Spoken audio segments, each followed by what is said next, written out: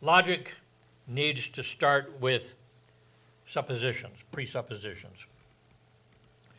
And I learned that in geometry, and I was rejoicing at that because now it makes sense, a way to think about this thing.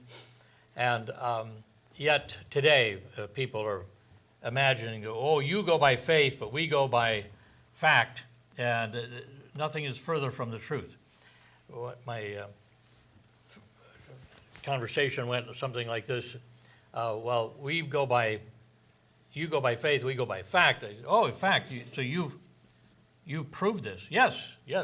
Well, tell me about what you were proving in the laboratory. Oh, well, I didn't. What do you mean you didn't? Well, other men have. So you were there superintending, watching what they were doing and making sure they were doing it. No, I just read about it. Well, where's all this proof stuff? You read it in a book, and now you're telling me that it's all proved. I've got a book that tells me something else, and that's what I believe. You believe a book, I believe a book. This is all by faith, you see. Don't swallow this stuff. So, doubt number 2 basically comes to this: how could a good God allow suffering? It seems as though this concept of suffering is the thing that the world can't get around. Philosopher J.L. Mackie, in his book The Miracle of Theism, declared it is if a good and powerful God exists, he would not allow pointless evil, but because there is much unjustified and pointless evil in the world, the traditional good and powerful God could not exist. Some other God or no God may exist, but not the traditional God. You see, his thinking is that this fact of evil, this fact of suffering, then cannot fit a good and powerful God.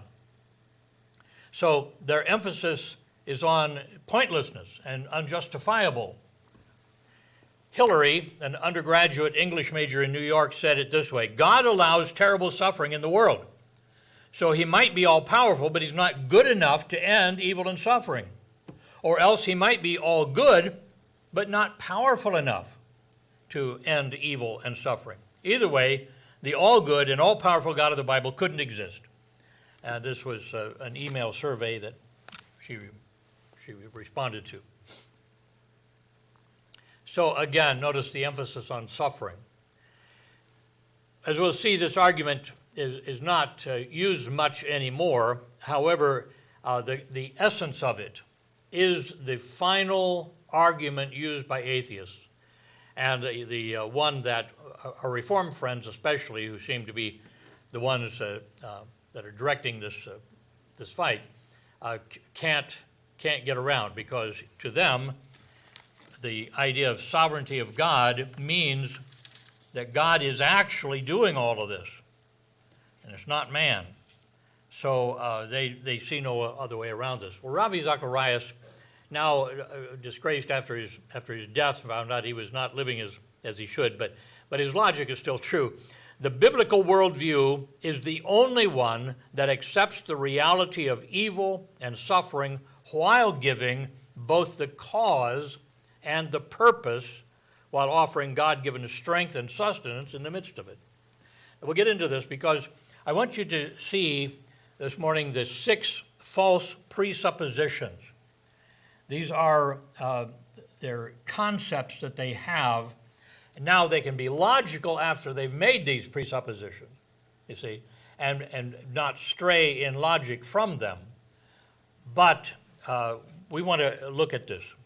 The first one is this, point A here, between the quotes there. Any evil is pointless and unjust if I cannot see the point or the justice. What do you mean by pointless and unjust suffering? It means that I can't see the point of it. Well, that makes sense to you, I guess, you see. If I can't see it, then it's pointless, it's unjust. This is the hidden presupposition of the argument. And think about how arrogant this is. Many of the cultists say, if the Bible says something I cannot understand, the problem is with the Bible. See? And this is where they start their cults. Surgeons in the 1800s wiped their hands after one surgery and proceeded to the other. They did not know of microscopic germs. They did not see any problem. Yet the first patient's disease mysteriously spread to the second person. So my point is, there was a truth that they didn't know and they didn't see. But it was still the truth. So the problem is not God. The problem is not the Bible. The problem is the ignorance of the person who claims the problem. Just because you don't understand it doesn't mean that it's pointless and unjust. All right, the second misconception is that all suffering is pointless. This is their thinking. All suffering is pointless. Well, let me just answer this, that in fact there's often a point to suffering that is only seen after the fact. We have this example perfectly given to us in Joseph in the Old Testament. Perfect example of this. God decided to provide a safe place for his little tribe of Israel to grow big and strong. And he chose Egypt and enacted a plan that would welcome the little tribe and nourish it until it grew larger, and then later it would strengthen and toughen the people with slave labor. This was God's plan. So to accomplish the welcoming part, God needed a man of Israel ruling with the Pharaoh. So what did God do? He took Joseph directly to Egypt and trained him under Potiphar, who was Pharaoh's chief bodyguard. He became proficient in the language. He became proficient in the customs of the court people. And when Joseph graduated from this training, God shifted him to a place where he was in touch with people who worked personally with the Pharaoh. Now, this happened to be prison, where he was transferred to by his graduation. But he wouldn't have gone to Pharaoh's throne from Potiphar's house, but he could from the prison. So from there, Joseph was elevated to a position second only to Pharaoh himself. All of Joseph's suffering as a slave and as a prisoner had a point that he recognized much later. Not all suffering is pointless. So all who suffer are given the opportunity to gain more of God while losing something of the world. James chapter 1 is the great chapter dealing with this. And if you're having problems with this, I would encourage you to read it through and in fact memorize James chapter 1.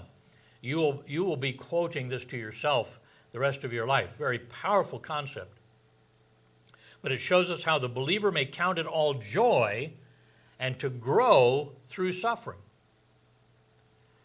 There can be a point to suffering. So to say that there is all suffering is pointless is just wrong. Misconception. Number 3, point C in our work list, is this: all suffering is undeserved. All suffering is undeserved. You put that down for point C. So the thing here is sometimes suffering and pain come as a direct result of sin. Now, sin. Here's the two sometimes. Sometimes we suffer because we sinned. Sometimes we suffer because we sinned. Here's the point. The person who is an avid smoker and sinned against his body gets lung cancer or whatever, and there's a result. The person who was an alcoholic for a long time loses the function of his liver and so on, cirrhosis of the liver. There are things that God said we shouldn't do, those called sin. He said they're bad for us, don't do it. We do it, and then it's bad for us, and we say, this is God's fault. See, sometimes we suffer because we have sinned. God put enough of himself into the creation of the universe that if man follows God's plan, it reduces suffering. But straying from his path increases suffering. Psalm 40, verse 12. For innumerable evils have compassed me about, mine iniquities, my sins, have taken hold upon me, so that I'm not able to look up. They are more than the hairs of mine head, therefore my heart faileth me. What's the problem here? He says, my sins have caught up with me. My sins. We recognize that we must recognize that we ought to suffer for our sins, even if God in his grace has kept us from much pain. We really actually deserve to suffer in hell. That's what we deserve. Can we legitimately complain if we experience a backache? If we deserve hell fire forever, then you say, but I have a sore toe. I have a bad back. Well, it's not roasting in hell, are you? And then the second thing here, sometimes we suffer because of others' sin. We sometimes suffer because of others' sin. When God sent the storm to bring Jonah back, it put every ship in the Mediterranean Sea in distress. Sometimes greedy people will take your money, and we suffer because of other sins. Now, this brings up the question, why did God allow sin to enter the world? Why is this even an issue? And I bring this up because this is the last vestige of a logic argument that the atheists use. And the Bible is so clear, so simple about this. A young man came to my class, and we were by ourselves before the class started. He said, I have a question. He says, nobody's been able to help me understand this. And I've been reading and looking, and it may be that there isn't any answer. And I said, what's that? He said, why would God allow sin and evil to be in the world? If he's a good God, why would he allow that? If he's a powerful God, why wouldn't he stop it? And I said, well, the mistake you're making is that you think that God does it all. I said, the point that God, Bible tells us that God is love, 1 John. 1 John tells us God is love. And then Christ said that the first greatest commandment was to love God with all your heart and mind and soul and strength. And the second greatest commandment was to love your neighbor as yourself. And he said all of the law and the prophets hang from those two concepts. So God is love and God asks love. That's the summation of the whole Bible. Love. Now, the point is this. God is asking the sinner to love him. But love cannot be made to happen. You cannot force someone to love you. You can program a computer to say, I love you, but that's you doing it, not the computer making a choice. The point of it is that love must be a choice. So when God, who is love, and God asks love, says, well, then I must give them the choice. Now, the choice means that they can choose or they can refuse. Now, what if God says, well, if they refuse, I'll just make them change their mind? Well, it's not a choice anymore, is it? It's not really a choice. So, plants obey God because they don't have a choice, you see. I guess animals probably obey God. They don't have a choice, but we have a choice. And it's the choosing against God that causes the sin, and the sin causes the suffering. You see what I'm going? So God could make a world where there was no sin, but it would have to be a world where there wasn't any choice. And if there was no choice, there would be no love. So, I'm basically saying that, so let me go quickly. Deuteronomy 6:5 is the verse that says, love the Lord your God. Mark 12:29 to 31 is the one where he says all of these things are the greatest commandments. next passage there. There you go. Greatest commandments. So we understand that God's greatest goal in creation and his greatest goal in salvation is self-revelation, and he is love. Ephesians 2, 4-7, which I won't go into, but it shows that God created the world and man, put man in that world, to show his great love in such a way that all could understand it. When Christ is willing to die so that we could have life, we see that God is showing his love in a way that we can't get around it, you see. So God determined to ask for man's love, and it means that man has the ability to accept God, whatever the Calvinists may say. He does have the ability to accept God and his love, or to reject God and his love. John 1, 11 and 12. Listen to this. He came unto his own, and his own received him not. They chose not to. But as many as received him, to them gave he the power, or the right, or the privilege, to become the sons of God, even to them that believe on his name. Now, you can't really believe these verses if you think that God chooses and man doesn't have anything to do with it. Since man is spiritually dead, they say, he can't choose. So they say that God has to save a person before he can have faith. Total inability means that you don't have any ability to do it. So God has to give you the ability. That's what they say. This is why it's wrong. Spurgeon mocked that concept. He said, why am I preaching to people to accept if the only people who can accept are people that are already saved? What's the point of this, you see? This is ridiculous. And he was right. So, this is the idea. And again, Ravi Zacharias, he said, in a world where love is the supreme ethic, freedom of choice must be built in. A love that is programmed or compelled is not love. It is merely a conditioned response or self-serving. Love compelled is a precursor to loneliness. Having the freedom to love when you may choose not to love is to give love legitimate meaning. You could choose not to, but you choose to do it. So this is the answer, you see. It is not God, this sovereignty of God is the concept that they have.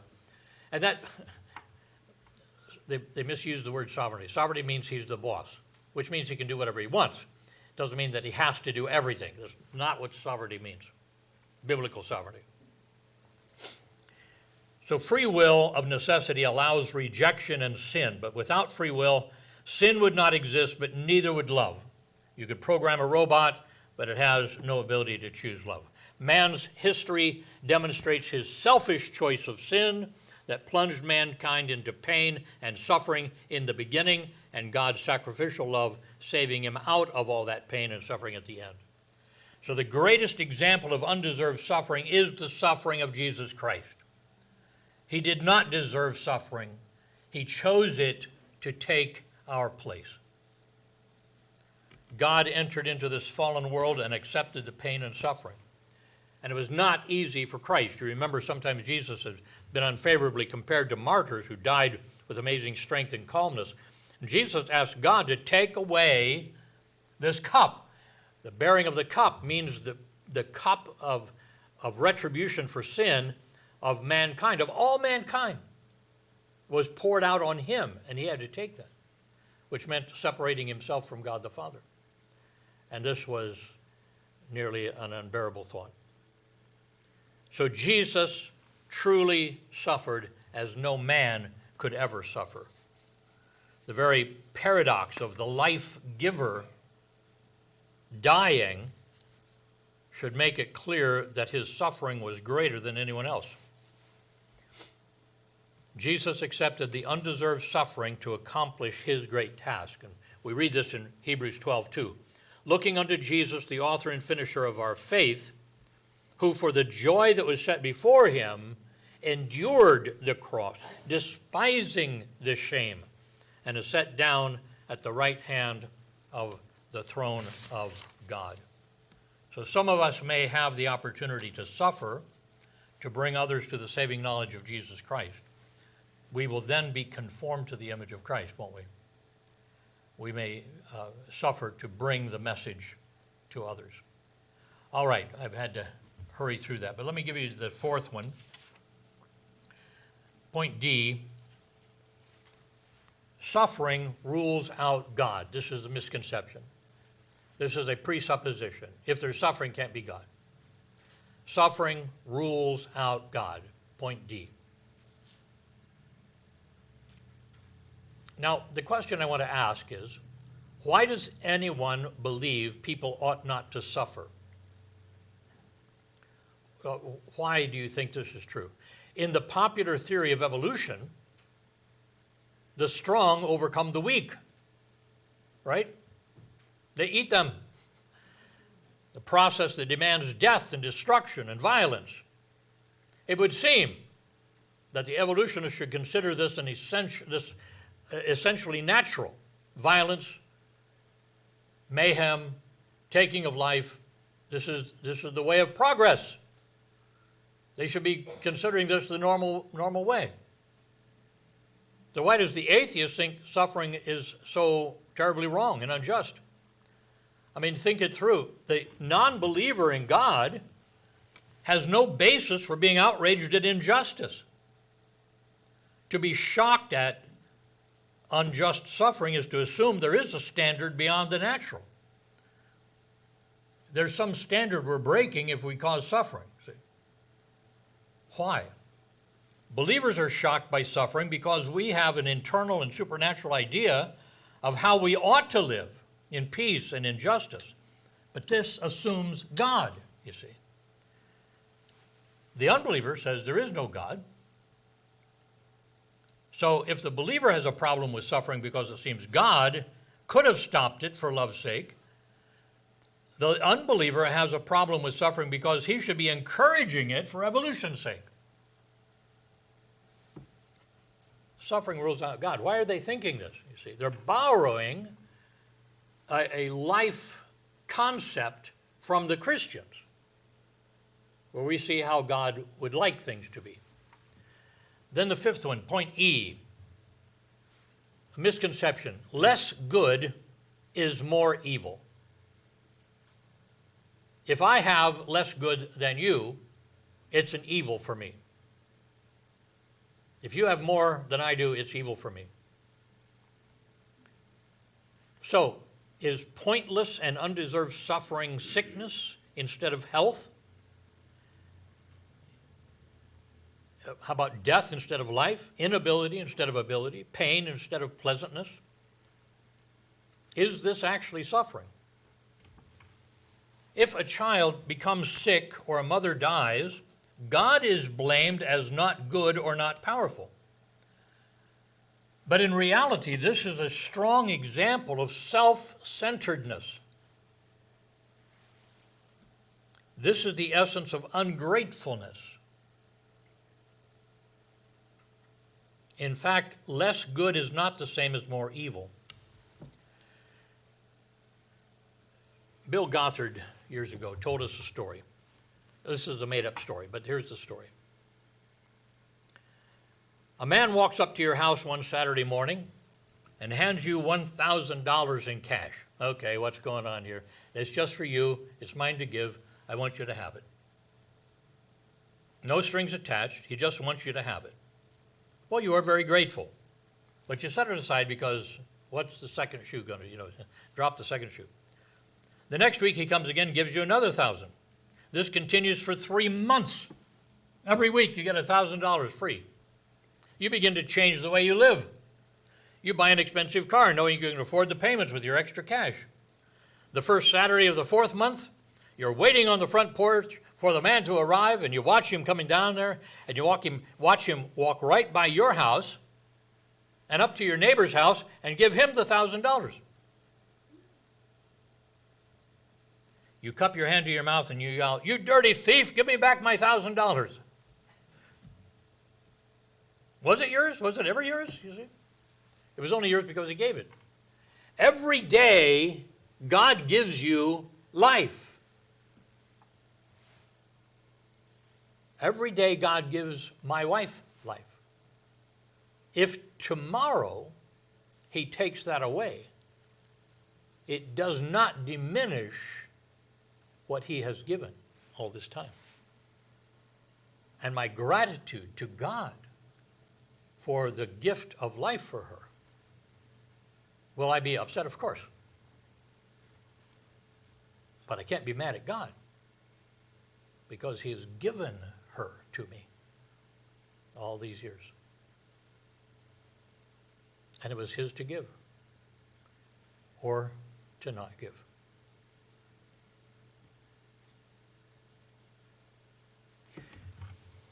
God gives health to a child only out of his grace, not because the child deserves it.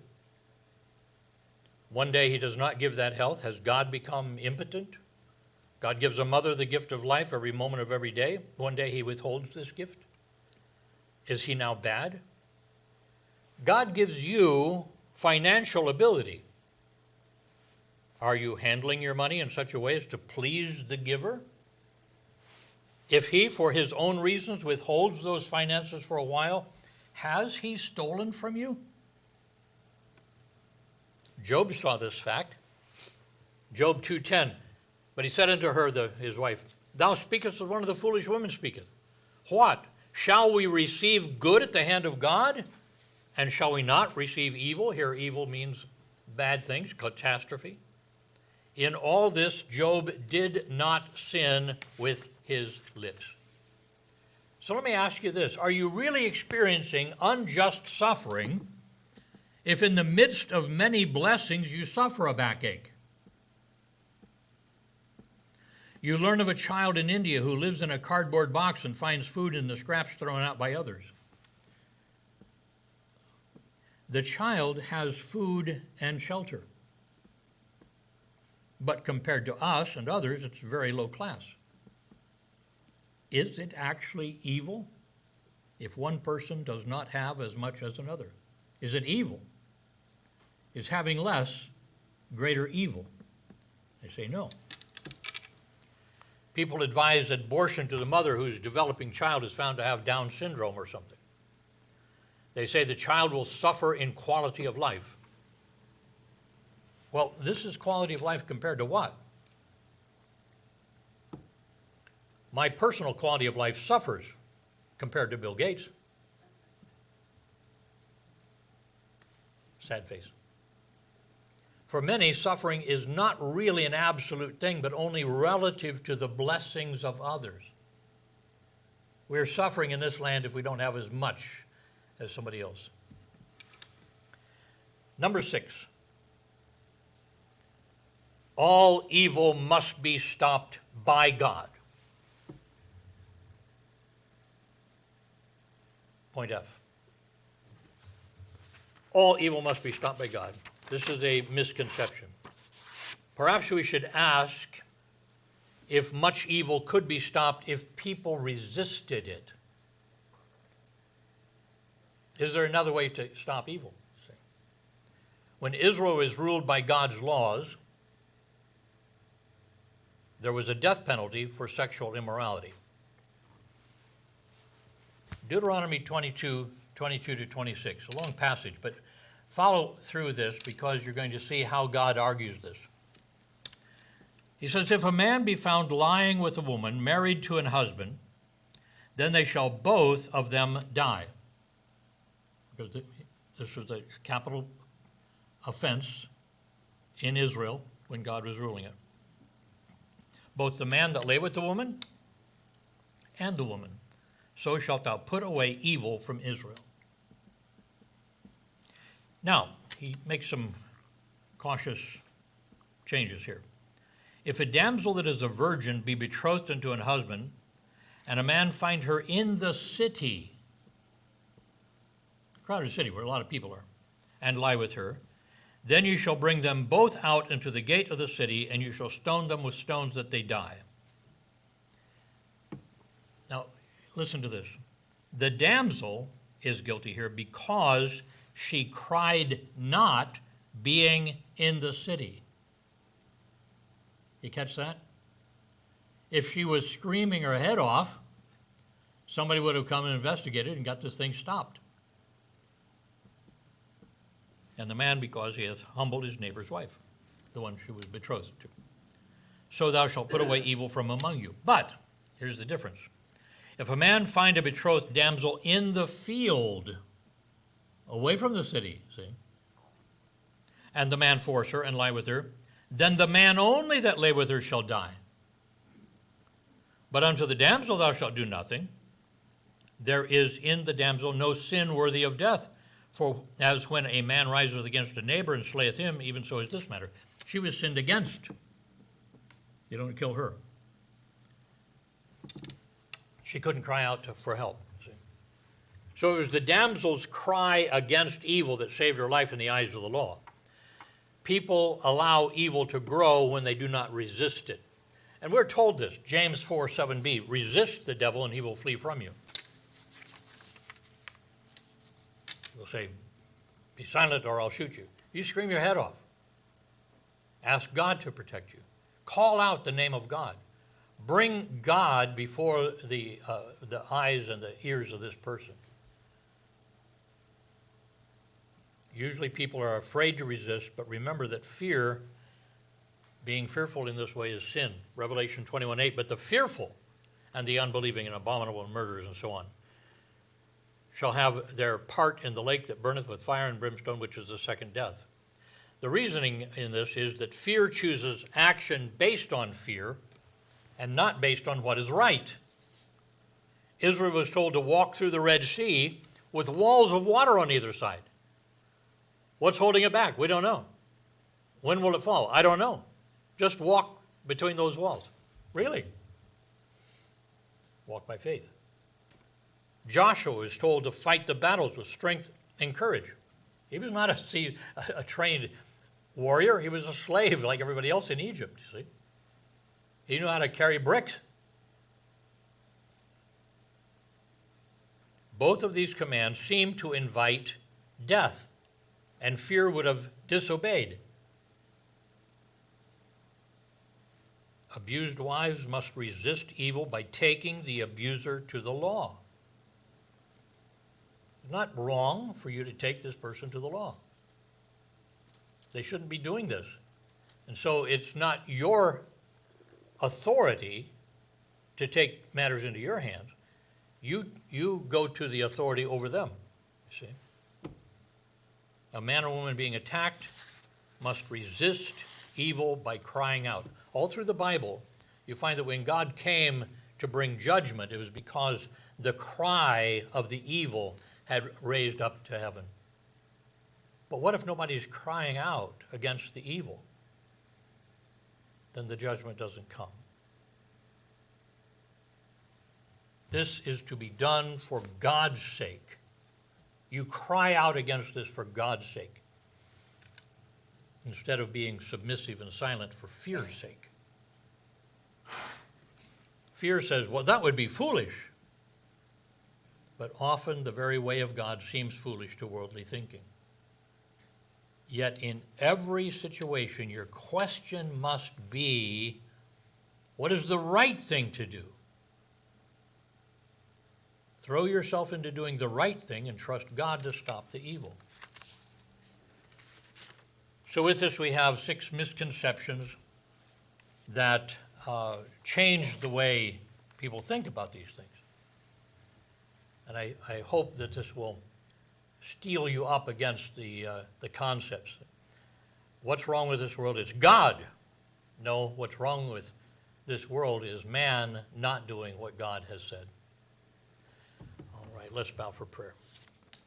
Father, you've given us an opportunity to examine what the world says is wrong with this world and find out that they should be looking in the mirror to see what's wrong with the world. Father, where crime multiplies, people are hurt. When people become angry, they might take a gun and shoot people that have done nothing wrong to them. I pray, Father, you might so work that our hearts might be challenged to reach people and explain to them they're thinking wrongly. They have misconceptions. Their logic is built on false preconceptions. And as we do this, we can perhaps break them of their sense of superiority, sense of being logical, when it can be pointed out that their logic is based on false starts. With heads bowed, eyes closed, perhaps you're saying, there's something here, Pastor, that I need, something that I need to deal with, something I need to accept, and something I need to be active about. God helping me, this is my plan, this is my plea. Would you slip your hand up, say, pray for me. These are things I've got to straighten out in my thinking. That some suffering will happen because I have sinned or others have sinned. And then as a culture sins, there's a judgment upon the culture. Let's do it God's way. Let's do the right thing. Father, we thank you for the opportunity to learn the truth, to be confronted by the truth, and then to act according to the truth. We pray it in Jesus' name.